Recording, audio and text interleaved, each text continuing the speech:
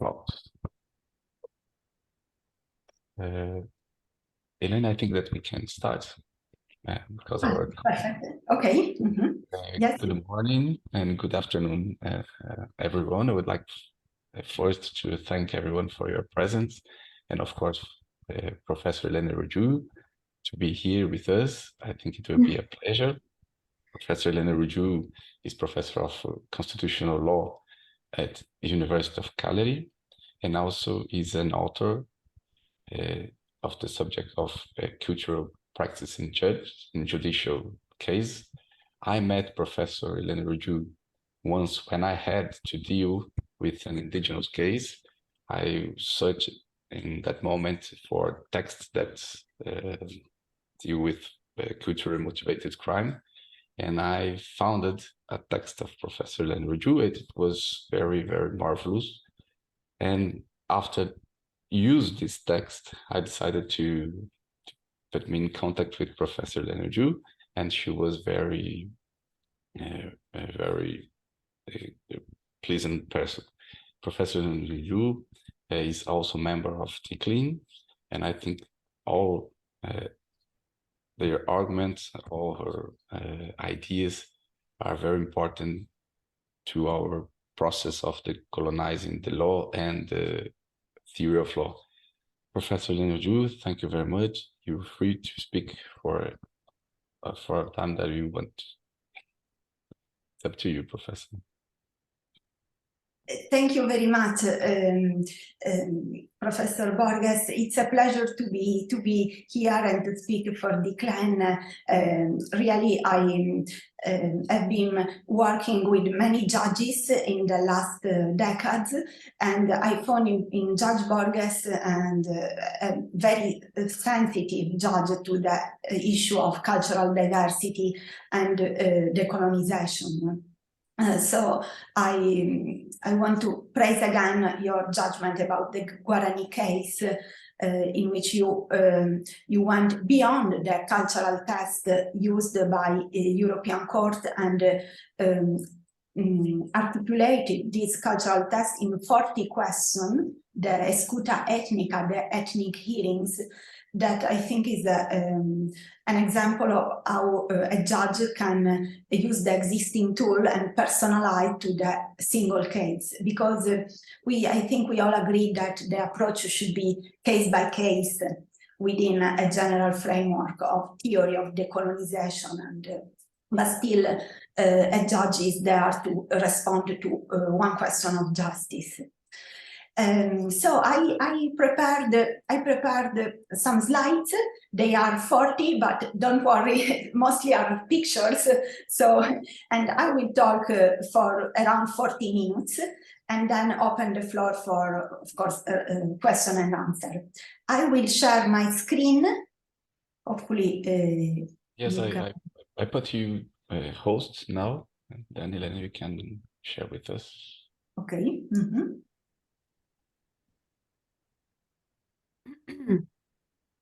Okay.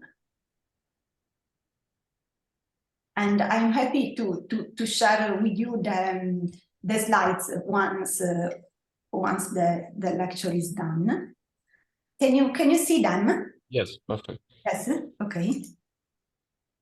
So the title we decided to give to this class, to this lecture, is Translating Cultural Practices for Judges, Decolonizing the Language of the Law.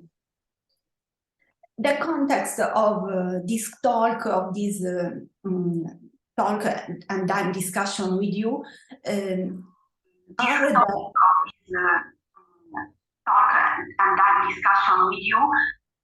Ilenia, you are a host now, then you can mute the person, but I'm not able to do that.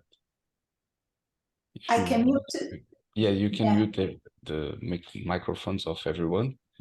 Yes, okay. I cannot because I'm not the host now. Yes. Okay. Okay. Perfect. Okay, I think it's... I think all are deactivated. Okay, perfect. Yes, perfect. Thank you. Thank you. Yes, so the context of my lecture is multiculturalism and particularly multicultural disputes in courts.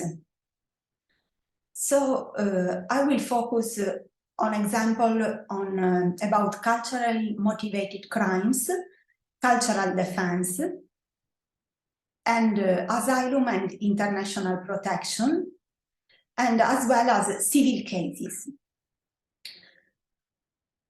This is just to contain, to give you a reference. So I'm not dealing with translation in every branch of the law, but particularly in this context.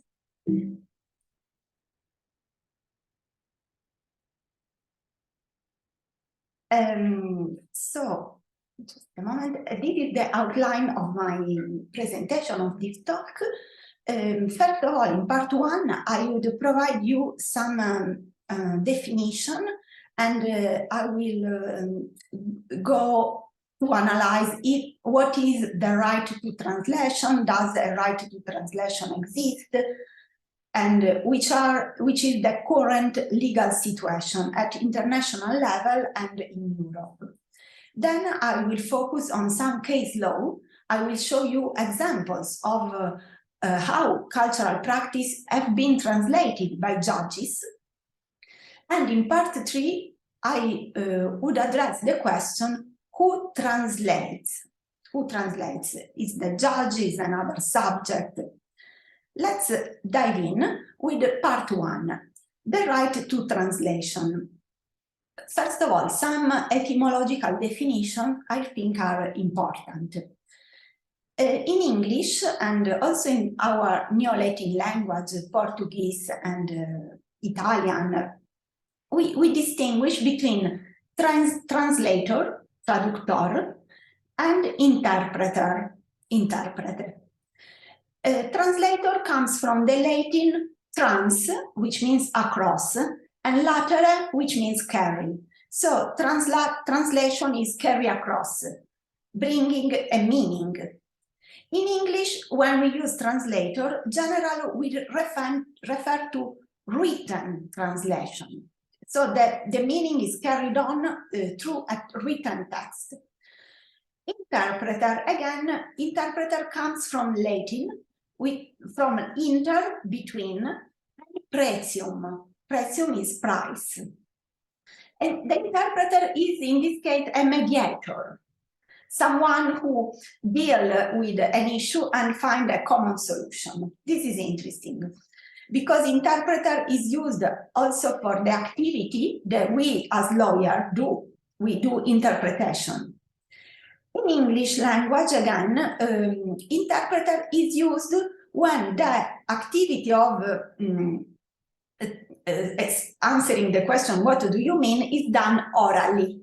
So the interpreter is the oral translator, we can see. So this is just a note. In my talk, and also in common language, even in English languages, the two meanings are blurred. They are useful because they come back in the language of the law, but they are used in a mixed way. So I framed the idea of the right to translation at the moment vaguely. Soon I will define it. So translation, if you think it, is a human activity. Is a brain activity that responds to one simple question. What do you mean? What do you mean?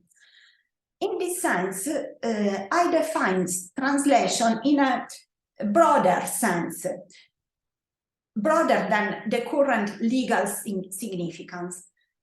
Currently, when we say translation, we think in linguistic translation, and the law have this meaning. So, but I now provide you example that there are many activity of translation. There is a body language translation. There is an emotional translation, and as this is the subject of this lecture, there is also cultural translation.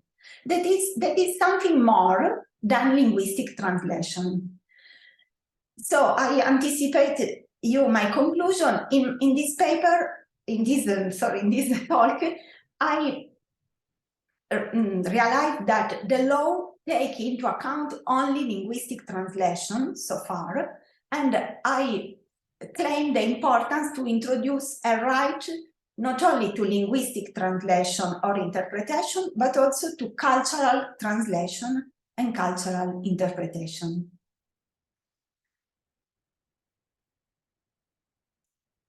Some example of the broader meaning of translation. Translation as a human activity is something we do every day in, for example, in romantic relations, love relations. When I say, oh, I didn't mean that, explaining some behavior or the meaning of a sentence.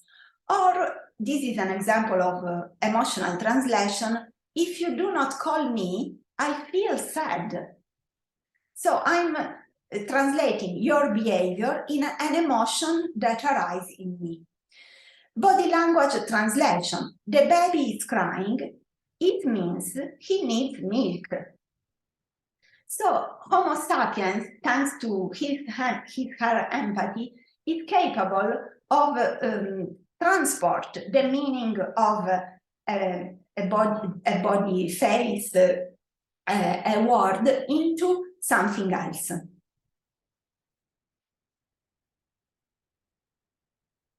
Does a right to translation exist, and in what term is recognized? Let's come from this broader picture to what the law say.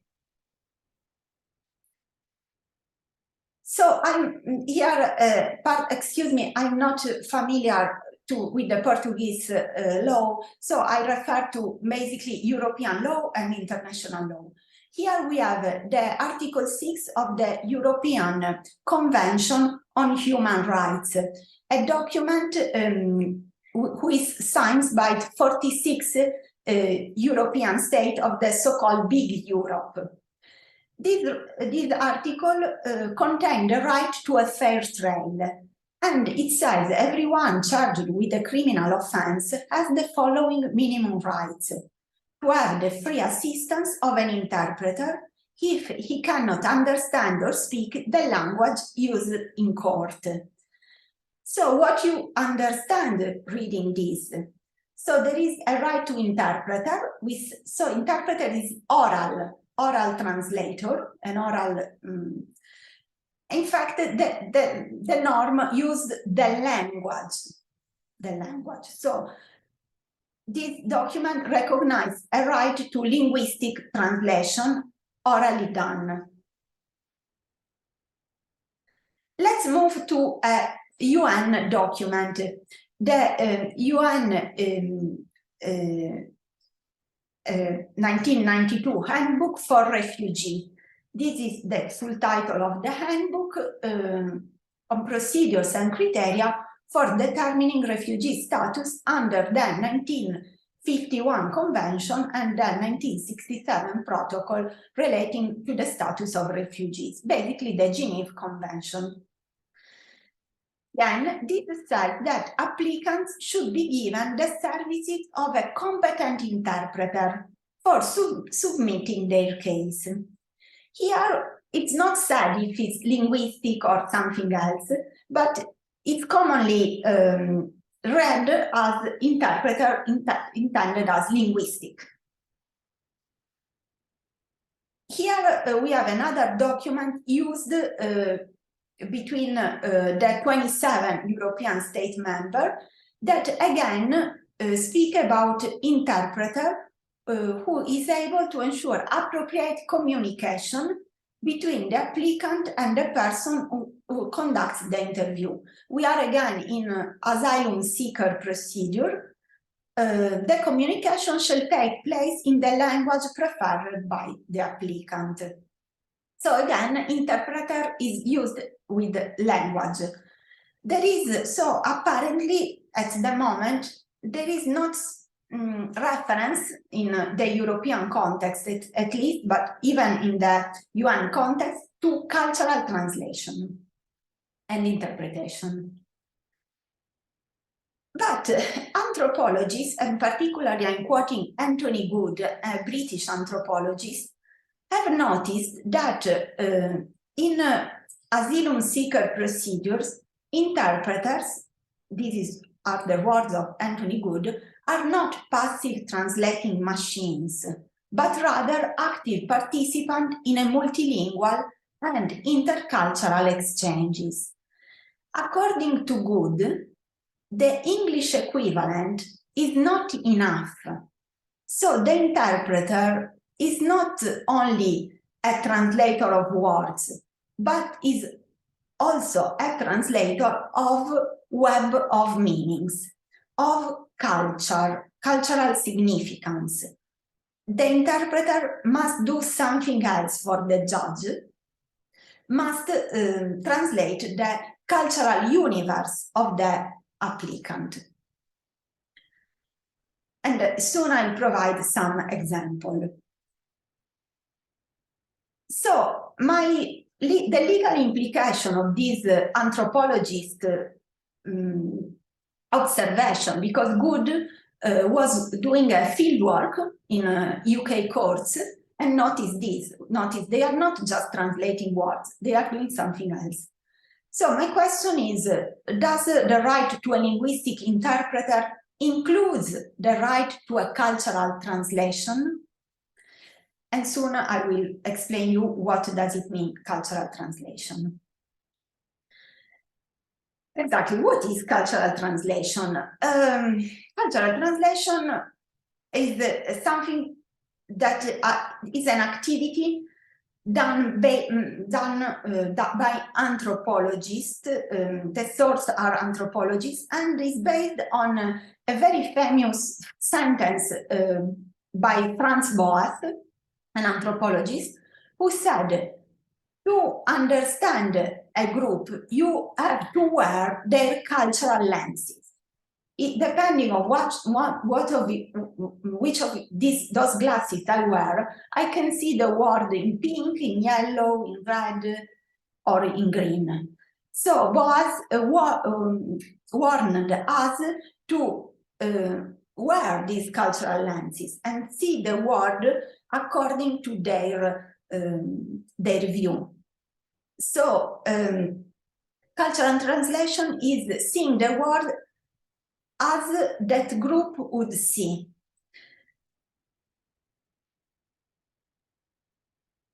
Let's provide a better definition of the right to cultural translation. So if the right to an interpreter existing at the moment in the European framework and also at international level is the right to obtain a linguistic equivalent, the right to cultural translation is the right to obtain a cultural equivalent. What is a cultural equivalent? It's a similar or comparable practice, behavior, way of thinking existing in the majority. So an example is X for the minority is like Y for the majority. So it's transporting the meaning of a practice, behavior, to the meaning that it would have in the majority. Why? To make the majority capable of understanding. So the first step is to wear the cultural lenses and see the world as the minority see. And the second step is to translate that word in a similar, if doesn't exist, comparable situation that exists in the majority.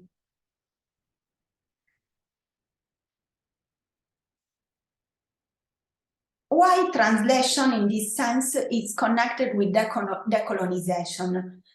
Because in my opinion, when the behavior of the minority is not translated, the majority risks to project the view of the world it has on the minority, thus perpetuating a colonial mentality that is closed to an anthropological reading of the word. So every time we don't translate, or we translate wrongly, I mean judges, the legislature, the state, we are somehow adopting a mentality similar to the colonizer, that is, our view is the best. But so this was the theoretical framework. Let's now dive into the case law. I will offer you now some example of cultural translation that have been done by judges or anthropologists in court. I provide 5 examples. The Kirpan case, a ritual knife, marriages, bride price, mangel, which is gypsy begging, and homage to the penis of the child, a practice not very well known yet. So if I show you this, what do you see? I suppose all of you see a knife. So we see a knife, but what I have to ask in the context of cultural translation, I have to ask to the minority who wear this object called kirpan, wear by Sikh, a religion of India, what do you mean? What do you mean with this? And so, as you see, the kirpan is worn by the Sikh community, by everybody, including children. Definitely doesn't look a knife. For what do you mean? Do you use this knife to cut apples, to cook? We may not know anything about this. For us, it's just a knife. So the cultural translation that has been done correctly by some judges in the world, in Canada and also in Italy, is this. So that knife, that knife is not a knife. The cultural equivalent, that is a similar or comparable practice of the majority, is, as the result, provide this, a cross. It's like a symbol, a religious symbol used by the Sikh. They don't use at all as a knife. They use as a protection and against the evil, to remind each Sikh that the kirpan, that they have to avoid to commit evil. So the correct translation in this case is the cross. Using this cultural equivalent, judges were able to allow the wearing of the kirpan. Another example, several headscarves that Islamic women wear. We do, in this case, at least in Europe, a wrong translation, in my opinion, because we translate, burqa, niqab, hijab, chador equal women oppression, is a symbol of women subordination, but is wrong. The correct cultural equivalent would be this. Asking a Muslim woman to go to work without the headscarf is like asking a European woman to go to work in bikini. So in swimming clothes. It's in this way also is not a matter of women's subordination. It's a matter of dress code. Of course, this reasoning doesn't count for states like Iran or Afghanistan that enforce the use of the veil. But that is a political story, it's not connected with culture. Let's see, Gypsy traditional marriage under 14th. In Italy, there are 150,000 gypsies called Roma, and some groups of the Roma used to marry before the 14. Generally, the bride has 13, and the husband is a little bit older, around 20. So this is a very problematic issue. As you know, the UK is going to criminalize underage marriage. And to me, in my opinion, the cultural equivalent is not a marriage underage. It's a marriage between 16-year-old. Why? Because according to the gypsy culture, maturity is reached with the first menstruation. So the girl becomes adult and sexually ready after menstruation. Also, an argument against underage, so-called underage marriage is that the girl is left alone, completely lost to take care often of babies. But we have to take into account that the grandmother in Roma culture, in gypsy culture, take care of the children and help a lot the young bride. So those, in my opinion, I know this subject is controversial, but are two elements that doesn't justify. We call this marriage underage marriage or minor marriage. Is not the correct translation. I prefer to adopt the more neutral framing, marriage under 14, because it's more neutral. Doesn't say child marriage. Is not technically a child marriage, because according to that culture, the child is not anymore a child, is an adult. I know there will be objection on this, and I'm looking forward to discuss further. Another cultural practice within gypsy traditional marriage is the so-called bride price. Bride price, the anthropology prefer to call it bride wealth. They say, anthropologists, Anthony Good included, say, it's not a price, is a value, is something given to appreciate the bride. But let me tell you what it is, bride wealth, so-called bride price. Is a sum of money given to the groom, by the groom to the father of the bride. So the groom apparently, only apparently, pay the father of the bride. So in the wrong translation are bride price and selling of the wife. So some judges translated this is the selling of the wife, so this is slavery, human slavery.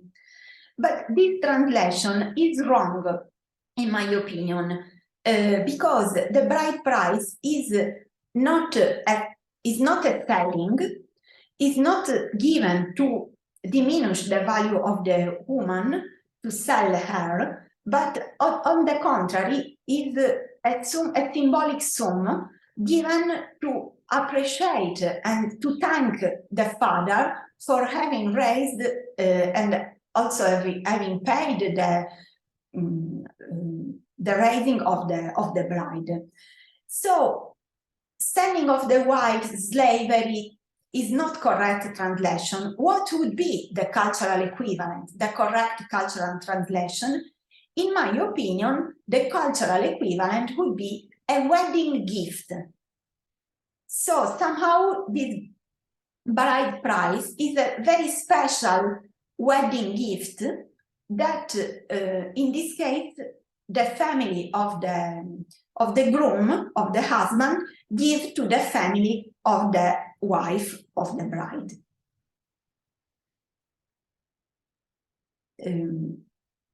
I'm talking of cultural equivalent in Italian culture or in European culture. Let's see another interesting case, Mangel. What is Mangel? It's the Romani word that indicates gypsy begging. This is an interesting case because, so in this case, we translate just begging. we translate just begging because if you ask to a Roma what is Mangel, they say you is go to work. Is go to work. So for that group, begging is just one job, one kind of job. In this case, see, we cannot translate is a job because the Italian wouldn't understand. Italians have begging, so Mangel is translated begging, which is the issue in Italy at the moment is that begging is allowed in Italy, but not child begging. So the mother cannot take the child with them and cannot make the child beg. Otherwise go to prison. And this is having an impact because mothers are deprived of the child. So judges are interpreting in a way that if the mother is just taking the baby with herself, she's not accused of committing a crime. So in this case, as I told you, the cultural equivalent is begging. In this case, we need a translation that is more close to the majority, cannot be go to work. Let's see another, the last cultural practice, the homage to the penis of the child. I'm sure many of you never heard about this. What is this practice? It's a practice, cultural practice spread in many states, Albania, Afghanistan, Pakistan, Egypt, Dominican Republic, and consists in celebrating baby male genitals in 3 different forms. Can be visual, depicting the baby naked. So parents take a picture and send to their family of the male baby. Verbal, praising the genitals of the child. This is spread between gypsies. And physical, kissing or caressing the genitals of the child. Which is the function of this cultural practice? The function is precisely celebrating the baby, the pride of having a male baby that can bring the surname of the family and can assure descendants.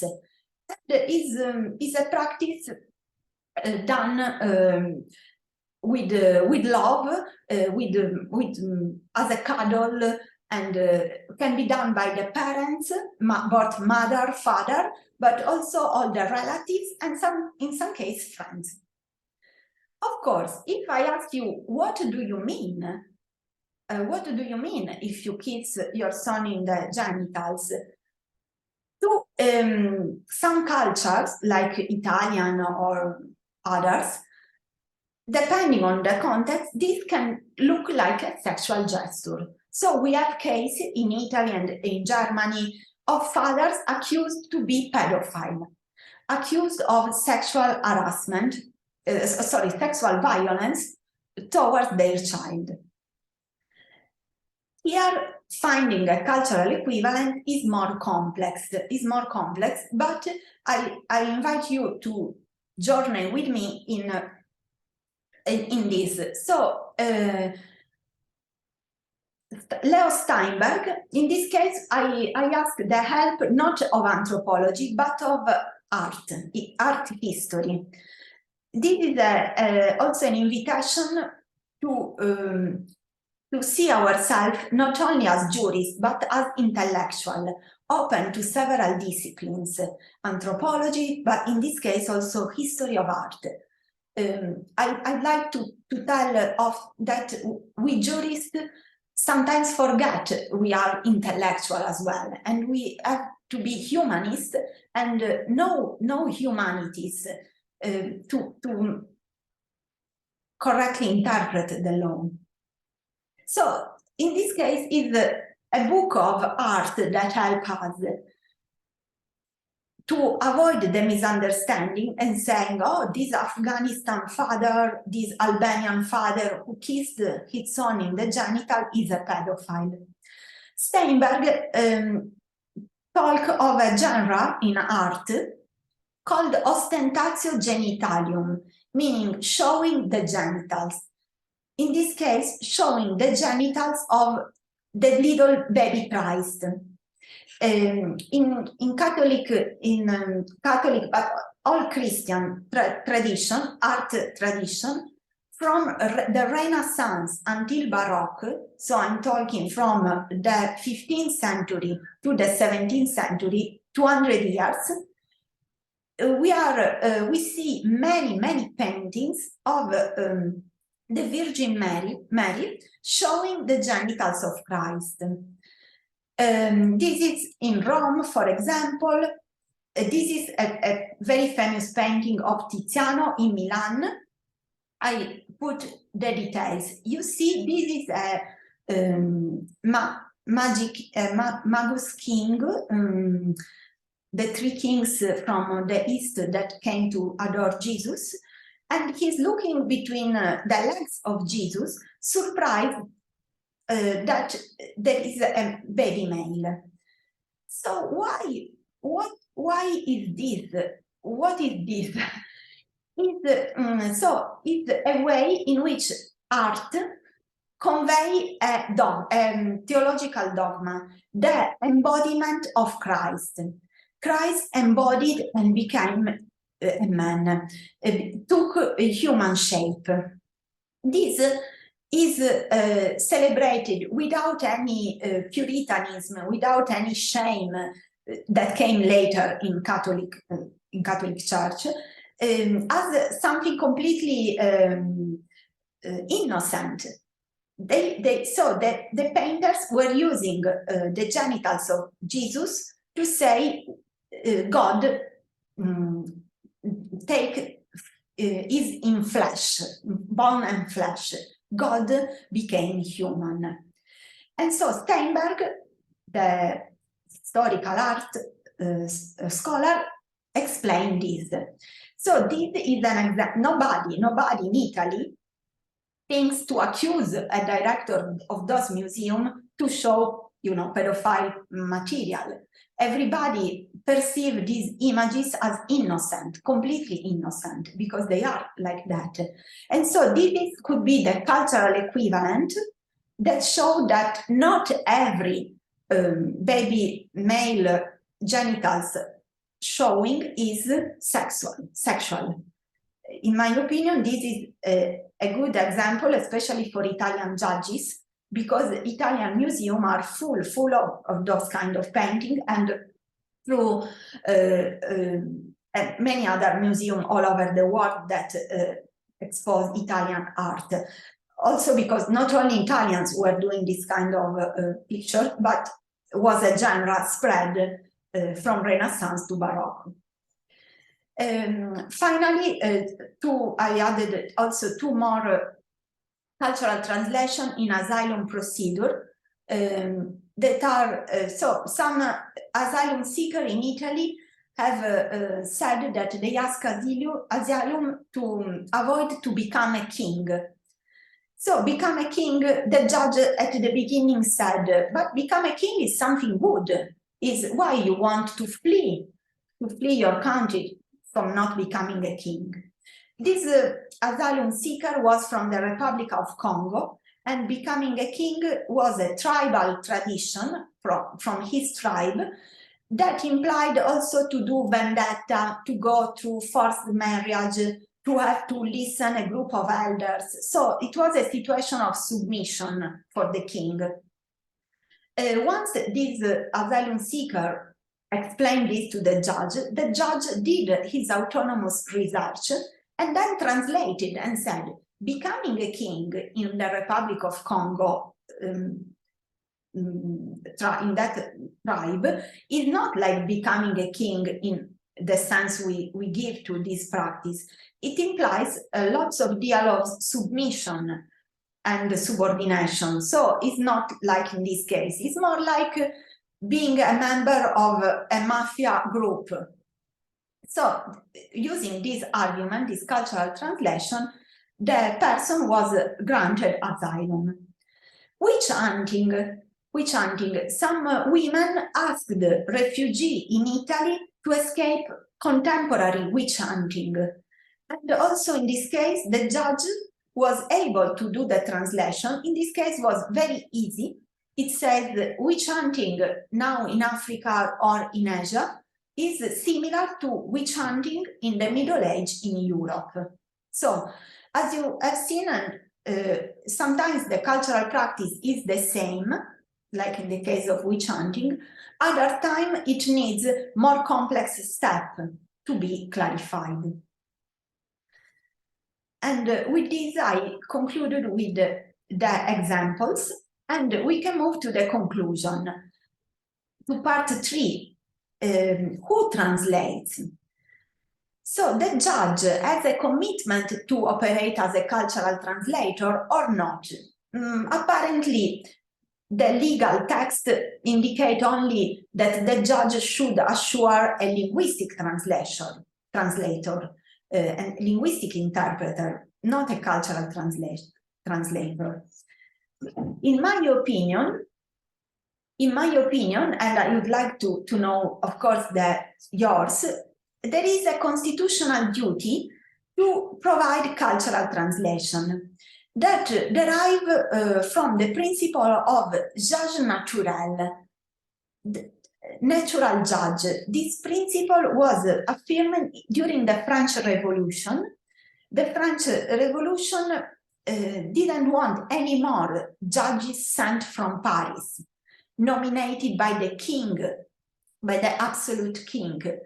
But the French revolutionists wanted judges selected in the territory of France, in the different boards, to be capable to understand the context. Back then, there were local laws to be applied that a judge sent from Paris didn't know. So, in my opinion, this principle that is present in many constitutions give the constitutional justification for what I call the anthropologist judge. That is, the judge that becomes anthropologist. We should not forget that the judge is peritus peritorum. This is a Latin expression that means expert of experts. Now, of course, the judge is not a complete anthropologist, because to become a complete anthropologist should do field work.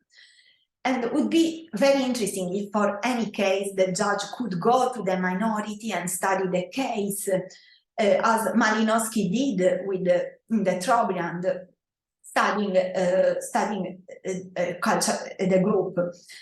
But I think that anthropologist judge is a possibility, and there are current problems that enhance the role of the anthropologist judge. Sometimes in some jurisdictions there is a lack of cultural experts. For instance, in Italy, it's difficult to find a cultural expert because we don't have in the courts a list of them. Or also, if we find a cultural expert, there may be a problem of financial resources to pay the anthropologist to do the work. What solutions in the immediate moment we can find? Imagine database in which anthropological knowledge is made available to the judges. Already judges do their autonomous research. They, I think, deserve from the state or from universities to be provided of a database in which cultural practices are analyzed and translated. Here I want to share with you some examples. One is a website that I coordinated and is now available, open access. So far we analyzed only 17 cultural practices and provide cultural equivalents. They are only 17, but it's a work in progress. I hope to, in the future, insert more. Then there is the Cultural and Religious Diversity Max Planck project called QReady that is doing a database of cases to show how European judges in 14 states used the concept of culture in their reasoning. And then there is a tool, the Handbook for Equal Treatment, already existing in UK, which provides some example of cultural translation. In the future, I imagine, and I would like to know what's going on in Brazil, we could imagine an effort from a university to arrive to a situation, and with this I conclude, in which we democratize anthropological knowledge. I think that a judicial system in a multicultural society like Brazil and Italy cannot function without anthropological knowledge.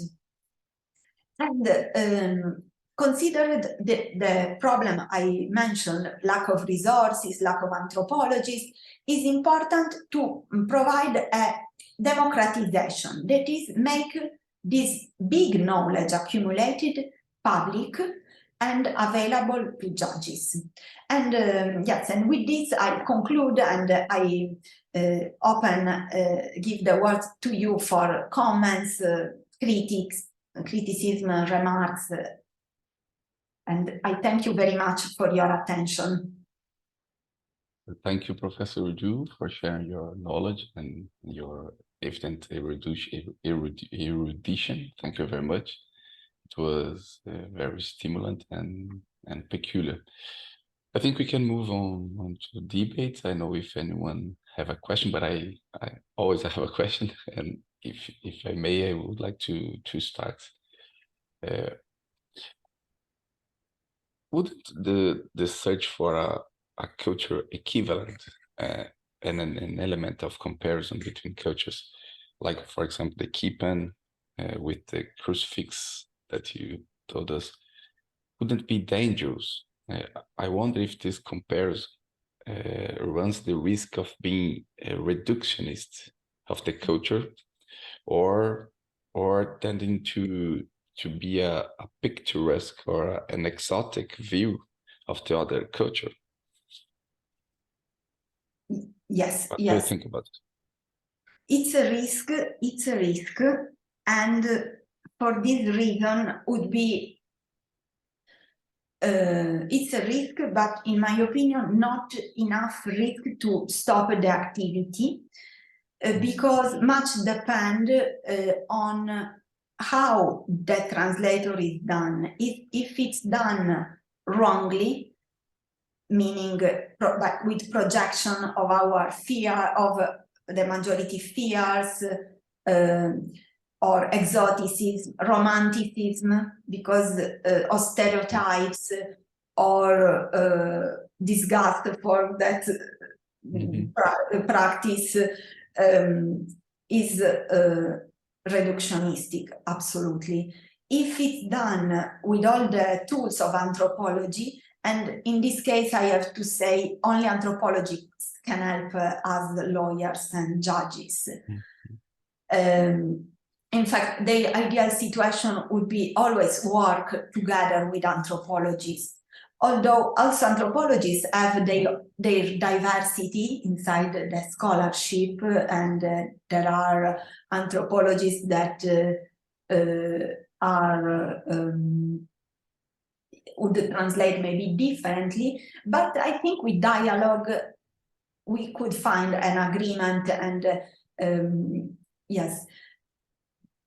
So your point is absolutely true, but I would say that it's important to do, because otherwise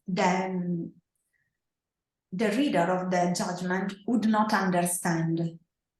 So I think it's connected also to the duty of motivate the judgment, to tell, to explain exactly what that behavior means. Yes. Okay. Yes, it's worse not to do. It's yes. a problem not to do yes. the problem. Yes. Of course. Thank you, Ilenia. I don't know if anyone have another question.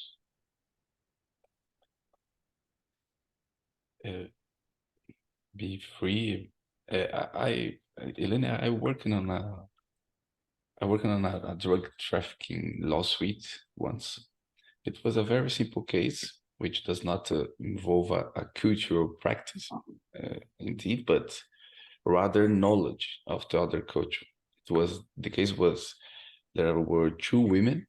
One was Swiss, who lived in the mountains for all life and have never left her city, and the other was curious and an Italian, a person already convicted of theft. And the defense thesis was that the drugs, although found in the Swiss woman's suitcase, belonged to the Italian woman. It was the defense thesis. The Italian did not confess and insisted that Swiss woman was not as naive as she seemed. And it was interesting because it was my first case in which the culture issue seemed to be relevant to me. And the simple translation was not the problem. The problem was the interpret questions. It was interesting. It was not a cultural practice, but involved the knowledge of how a Swiss woman and a Italian woman are within our culture, and what was the difference about this process of education, and of course the prejudice of this. It was interesting because I was very it was very easy to convict the Swiss because the drug is in her suitcase, but the other have a potential criminal life. It was very interesting. Then it was not a problem of cultural equivalent, but I needed to know the difference of cultures. And for me, as a Brazilian person, both educations are strange. Yes, interesting. Yes, also the example I provide, thank you, because this example give me the occasion also to clarify that not always in front of the judge there is a practice. Practice meaning a behavior that manifests in the outside world with an action or with like a kiss, keep on word. Sometimes is a way of thinking. Is a way of thinking. So I believe, okay, in this case you mentioned maybe the cultural equivalent was not necessarily because yes, it's not necessary to translate. The two behavior were maybe clear to the Brazilian average person. Sometimes actually there is not need, but in other cases I would always do a check when a foreigner come in front of the judge, just to be sure that mentality, even a mentality, I don't know, an approach to or emotions are expressed differently, because there might be without wanting to culturalize everything, but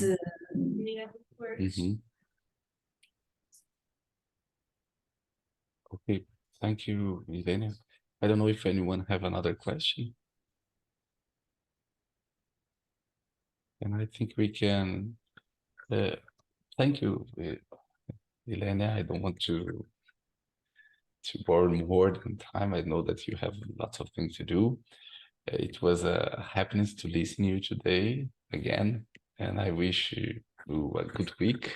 Thank you very much for accepting our invitation. And I hope to see you in our next event, and also everyone. Thank you very much, Ilenia. Thank you to you all for your attention. Thanks and to Professor Borges for the invitation. Thank you. Bye-bye. Bye. Good week. Thanks.